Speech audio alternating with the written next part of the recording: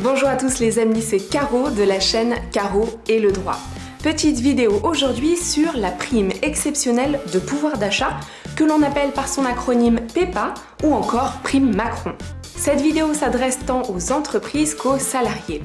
Aux entreprises premièrement parce que je veux leur faire savoir qu'elles ont la possibilité d'attribuer à leurs salariés une prime défiscalisée pour les récompenser par exemple de leur investissement pendant la crise du coronavirus. Aux salariés deuxièmement, car cette vidéo leur donnera les moyens de faire du lobbying, pourquoi pas, auprès de leur employeur pour les convaincre de leur verser cette prime. Si donc ce thème vous intéresse, eh bien restez avec moi jusqu'à la fin. Vous souvenez-vous de la prime Macron mise en place début 2019 suite aux Gilets jaunes? Vous savez, cette prime défiscalisée à hauteur de 1 000 €. Ça vous parle? Eh bien, ce dispositif a été reconduit pour 2020 par la loi de financement de la sécurité sociale.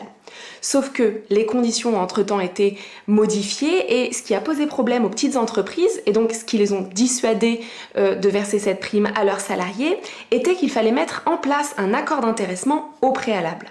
Eh bien, bonne nouvelle, figurez-vous que, compte tenu du contexte actuel lié à la crise sanitaire du coronavirus, les conditions de la prime Macron ont été assouplies et il n'est plus nécessaire d'avoir cet accord d'intéressement pour la verser aux salariés.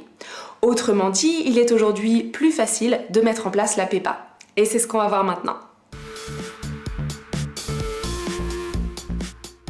Le dispositif de la prime Macron vous est tous accessible, que vous soyez une entreprise ou encore une association, et ce, quel que soit votre effectif ou encore votre activité. Bien entendu, le fait de verser cette prime aux salariés est laissé à votre bon vouloir, il n'y a là aucune obligation, simplement c'est un outil qui peut être intéressant pour vous puisque la prime est exonérée de charges sociales.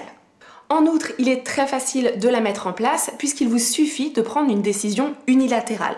Donc vous allez sur Google, vous tapez décision unilatérale de l'employeur, vous trouverez certainement des modèles et sinon vous vous rapprochez de votre syndicat professionnel. Cette décision unilatérale, c'est un document écrit que vous allez signer puis transmettre à vos salariés. Si vous avez un CSE, eh bien il faudra aussi prendre l'initiative de l'en informer au préalable. Et puis pour les entreprises de plus grande taille, renseignez-vous sur le sujet car il est plus probable que vous procédiez par voie d'accord plutôt que par décision unilatérale. La prime bénéficie à tout salarié, apprenti y compris, qui remplit les deux conditions suivantes. Première condition, il faut qu'il ait un contrat de travail au jour où vous versez la prime ou au jour de signature de la décision unilatérale. 2. Il faut qu'il ait une rémunération brute inférieure à 3 SMIC annuels au cours des 12 mois précédents. Enfin, ça c'est pour les salariés à temps plein, puisque pour les salariés à temps partiel, vous devez proratiser ce plafond de 3 SMIC. Tout l'intérêt de la PEPA est qu'elle est pour l'employeur exonéré de charges sociales et pour le salarié aussi exonéré de charges sociales mais surtout d'impôt sur le revenu. Mais ce qu'il faut comprendre ici, c'est que la loi fixe des plafonds à ces exonérations et il convient donc de distinguer deux hypothèses. Hypothèse 1, vous êtes une entreprise. Dans ce cas-là, la prime est exonérée dans la limite de 1 000 € par salarié. Si vous voulez aller au-delà de 1 000 €, vous pouvez aller jusqu'à 2 000 €, mais dans ce cas-là, il vous faudra un accord d'intéressement. Ce qui, comme je vous le disais en début de vidéo, peut être assez compliqué à mettre en place. Généralement, vous ne le faites pas seul, vous faites appel à votre comptable par exemple, et du coup ça vous est facturé. La deuxième hypothèse concerne les associations ou encore les fondations reconnues d'utilité publique ou d'intérêt général. Pour elles, le plafond s'élève à 2 000 € et ce, même sans accord d'intéressement.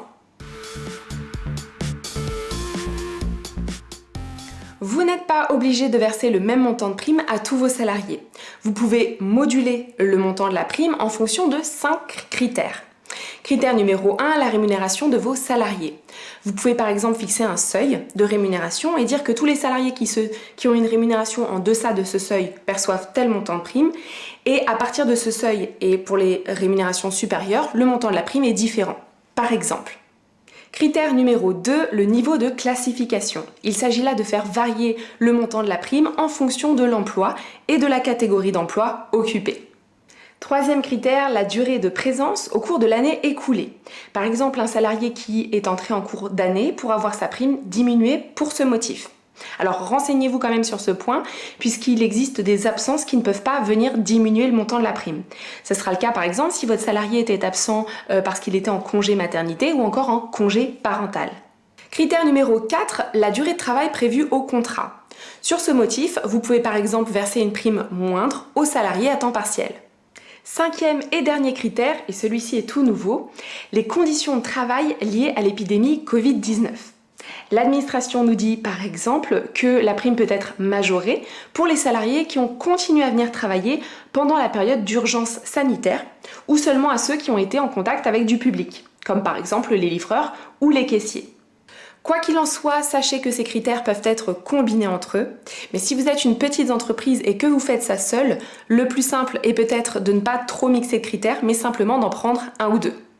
Enfin, voyez avec votre service paye si vous désirez verser la prime en plusieurs échéances ou encore si vous voulez faire des avances. Les amis, vous connaissez à présent les principales règles de la PEPA en vigueur au jour de cette vidéo. Je vous invite néanmoins à consulter la FAQ du gouvernement. Je vous mets le lien dans la description. Vous aurez beaucoup plus de détails. Et puis, dernière précision d'importance, et j'espère que vous m'avez suivi jusqu'à la fin pour pouvoir l'entendre, vous n'avez que jusqu'au 31 août 2020 pour pouvoir verser cette prime. Donc ne tardez pas trop, même si je sais qu'en cette période, votre trésorerie reste précaire et très fragile. À bientôt, bye bye.